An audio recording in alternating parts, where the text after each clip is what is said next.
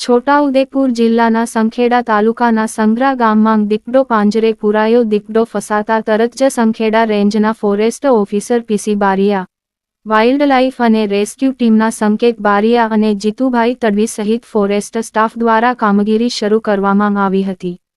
દીપડાના પકડાઈ જવાથી ગામમાં જે ભયનો માહોલ હતો તે દૂર થયો છે. રેસ્ક્યુ ટીમની કાળજીપૂર્વકની કામગીરીના કારણે કોઈપણ પ્રકારની ઈજાઓ થવા પામ્યા વિના દીપડાને પાંજરામાં સુરક્ષિત રીતે કેદ કરવામાં આવ્યો હતો. દૂરદર્શી આયોજન અને ફોરેસ્ટ વિભાગના સુંદર સંકલનને કારણે દીપડાને સફળતાપૂર્વક પકડવામાં આવ્યો અને વન વિભાગને સોંપવામાં આવ્યો છે. આ કાર્ય માટે સંખેડા રેન્જના ફોરેસ્ટ અધિકારી પી.સી.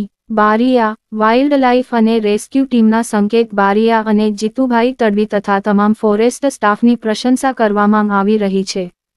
ફોરેસ્ટ વિભાગ દ્વારા દીપડાને તેને યોગ્ય સ્થળે મુક્ત કરવાની પ્રક્રિયા પૂર્ણ થશે. બ્યુરો રિપોર્ટ પ્રશાંત પરમાર, સંખેડા.